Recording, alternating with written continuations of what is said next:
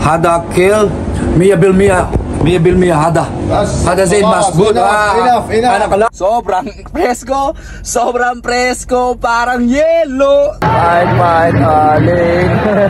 So what's up mga tol, ngayong gabing ito, no, may mga nakilala tayong mga locals dito.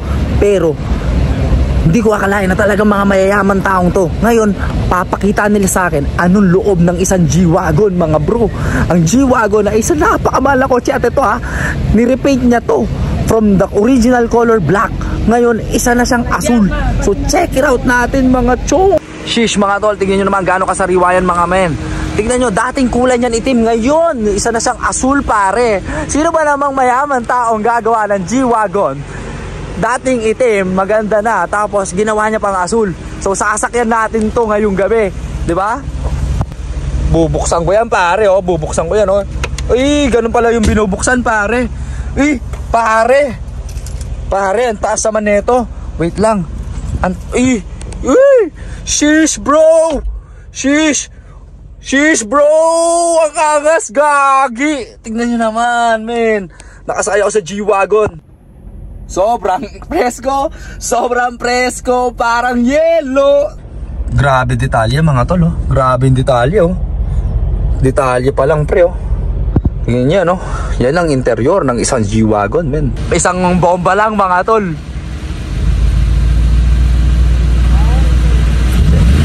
Wow! Lalaki, barako. Thank you, sir. Isipin nyo yun tol, pinasakay tayo ng G-Wagon. Kaya ganun lang men, hindi sila nag-inarte. Ganun kabait ang mga lokal dito. Sinasabi ko sa inyo, ang sarap mahalin ng bansang ito. Kasi isipin mo, isang bilyonaryo. Sino ba ako? Basahan lang ako dito pare. Pero hindi siya nag-atubili na ipahawak sa akin. Hindi niya naman alam kung anong gagawin ko sa loob, di ba? Pero siya, pasakay niya ako, paupuin niya ako, makalanghap ko man lang yung aircon ng G-Wagon, mapakita ko man lang sa video ko yung G-Wagon. Sa atin sa Pilipinas pare, may maganyan yung can I see your car inside? Meron ba? Wala nun tol. Walang ganun tol. Iisipin pa masamang tao ka, di ba? So ang masasabi ko pare, napakasarap talaga mabuhay ng isang mabuting tao. At natututo ako sa kanilang pangungultura dito bilang isang tao na marunong sila magpakumbaba. Kahit gaano man ang kaganda ang estado mo sa buhay, bilyonaryo ka man, milyonaryo ka man, mayaman ka man o mahirap, pantay-pantay sa kanila. Tinuturing ka nilang tao, marunong silang rumispeto at tumingin sa puso ng bawat tao. So yun lang, saludo ako. Hindi talaga ako nadidismaya sa mga pag-uugali ng mga Emirati. Mga tol, ang nakakatuwa sa kanila, natuturuan pa nila ako paano magpakumbaba, maging marespeto at itrato ang bawat tao ng pare-parehas na estado. So salute kay Mr. Abdullah, kay Mr. Sultan, kay Mr. Ahmed. Ayan, salute sa inyo mga boss. I do really appreciate for trusting me to ride that G-Wagon. It's the mafia car, G. It's the mafia car, bro. G-Wagon. Ang lakas pare. Ganda ng araw natin yun. Pagkatapos tayong mapasakay sa G-Wagon, ayun yung hasabin Zayed Stadium ng Alain. Ganda dito, aesthetic mga tol. So mga tol, manunood tayo sa stadium pare. Let's go. Manunood tayo. Aesthetic mga tol. Swerte natin, nabigyan tayo ng kaibigan natin ng pulis ng VIP pass mga tol. Mga tol, pasok na tayo. Gate 2. Good view yata tayo pare. VIP. Gate 2, let's go.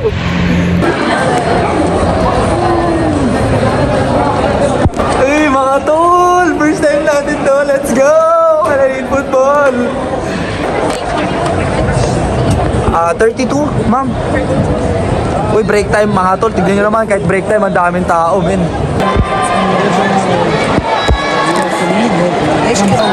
Uy, pare, ganito pala ang feeling manood ng pare, ng professional league dito sa UAE, Ako po, bola ng kalaban mga chong. Throw in, ayan na.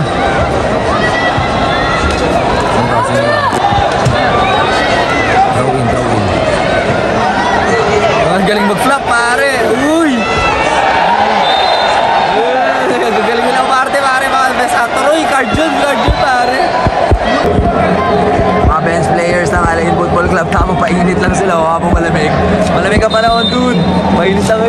back. Nice D, nice D. Oh, nice. Nice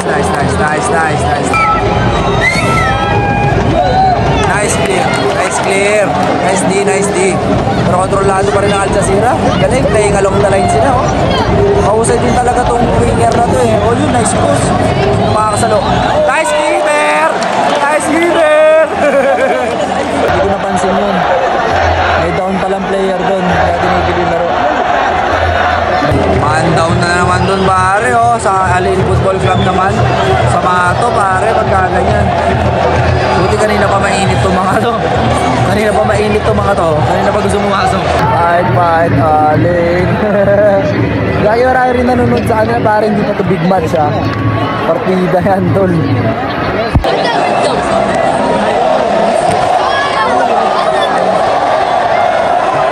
Professional football pala, tol. Madami nagdadrama-drama, eh, no? Sa mga ganito scenario, tol, dito mo masusubok ang talino ng bawat player. Malapit na yan sa goal, oh. Tingnan natin barricade wall nila. Talagang tinodo nila. Ilan yung barricade wall nila? 1, 2, 3, 4, 5 players na barricade wall, pare. Grabe to. Okay, wala. Hirap din maging bench player, pare. Kanina pa sila painit, tapos pagod pa sila sa players, eh. Galado ka mag-warm up, hindi ka pa ipasok talang init ng laban. Pare, mas idol ko talaga itong mga substitute na to. Kanina pa yan, eh. Hindi napapagod, di ba? Basta kakapagod ginagawa nila. Kaya tatakulit yung mga yan. Mas malalayo pa yung tinakbo ng mga to, guys, sa mga naglalaro, eh. Kaya nga sila, oh. Pagod din kayo, ha. Pagod din sila, oh. Takbo kayo dyan ba? Takbo. Takbo na naman, pare. Takbo. Hirap dyan, pare. Takbo nyo ulit, oh. Hirap mag-substitute, pare. Kapagod yan, oh.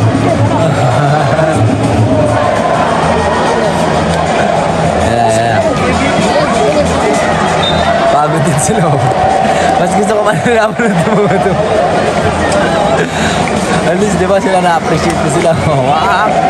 Lalaki na ng binti nila, pare. Kaka-warm up lang, eh. Fully develop yung binti nung ito dun, no? Kaka-warm up. Grabe. Ganda ng calves niya, eh. Layo na pinapuli, pare. Rescue ka muna dun. Ayan na, mamasok na isa.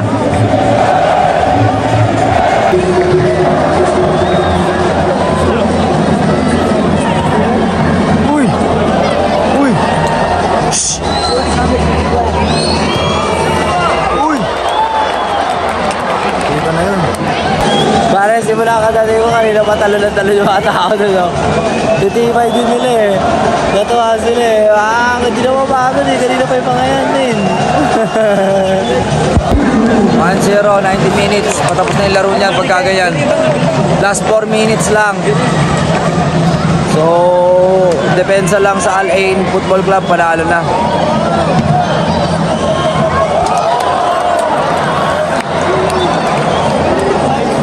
Nagpanik sila doon. Nagpanik kasi munti ka na mag-goal, pare.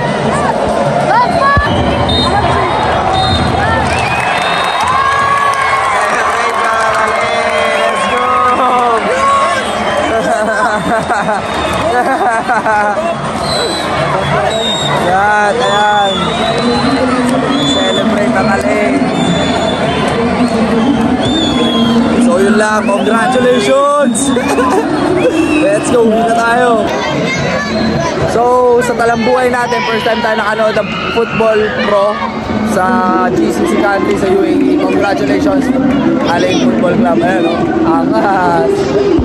Yes, Al-Ain Football Club. Ayan, no? Talagang fan na fan ito sa guys, may live na cut dun, no? Live na cut. Uy, yun, nahinga-hinga pa siya, oh. Wandera, malamig kasi. Dikit siya dun sa rap ng buhay. Ayan, nalikabok tuloy ng mga toys, oh. Ayan, lalabas na siya.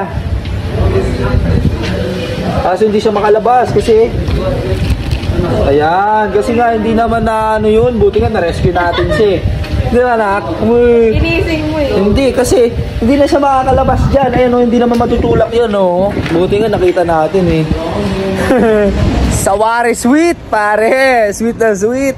Kasi napakalamig na sa Al-Ain at ngayong gabi, binigyan tayo ng welcome drinks na kanilang pinagmamalaking coffee, gawa. At syempre, nandyan ang ating El Humilde na Mazda 3. At syempre, tignan natin gaano nga ba kaganda ang kanilang shop dito sa Al-Ain, UAE. Let's go. Cheers muna tayo bago lahat. Ang ganda ng mood. Napakasarap ng coffee. Assalamualaikum everyone. Yes. Hello sir, what's your name? Matas. Marcus. Matas.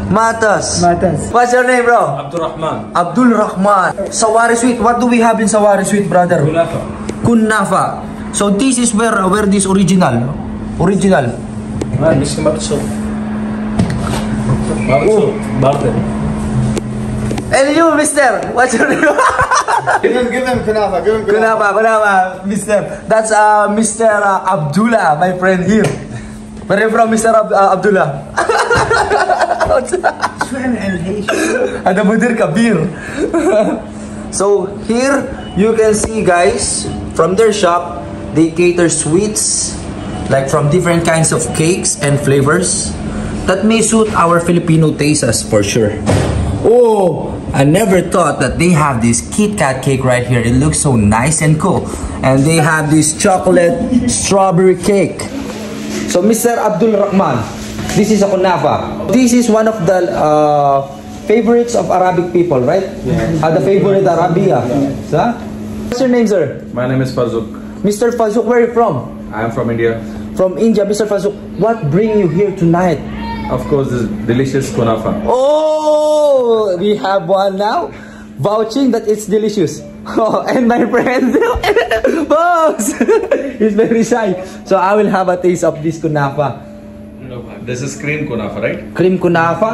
I don't really know. Cheese, huh? So, cheese kunafa. So let's have a taste. Okay, taste test. Taste test. Thank you so much for holding it for me. So titingnan natin gaano nga ba siya kasarap, mga. Ooh, gooey cheesy, bro. So titingnan natin ngayon. It's melting in your mouth.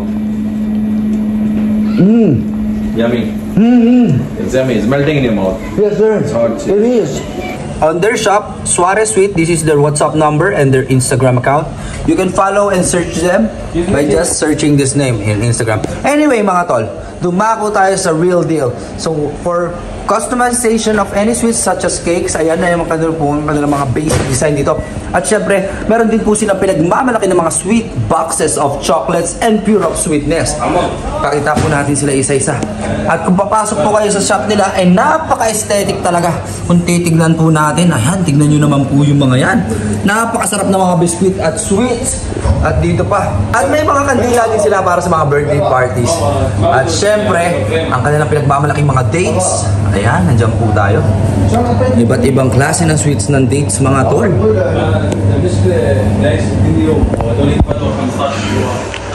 At kung nag-aano kayo ng mga children's party, may mga design sila. Or anything like bridal, may mga design sila. Yung tropa akong lokal, isa sa mga tropa akong lokal dito. Mahihain sa video, nakaangas. So yun lang, pudribin muna natin itong kunafa na to. Cheesy kunafa, mga tol. Peace! Mamaya magbibilyag kami nito, tol. Bibilyag kami, takatalunin mo to. Hada kill, Mia Bil Mia. Mia Bil Mia Hada. Hada Zaid Masbud. Enough. Ana kalas, ana lazim kalas hada. Lazim. Shoo.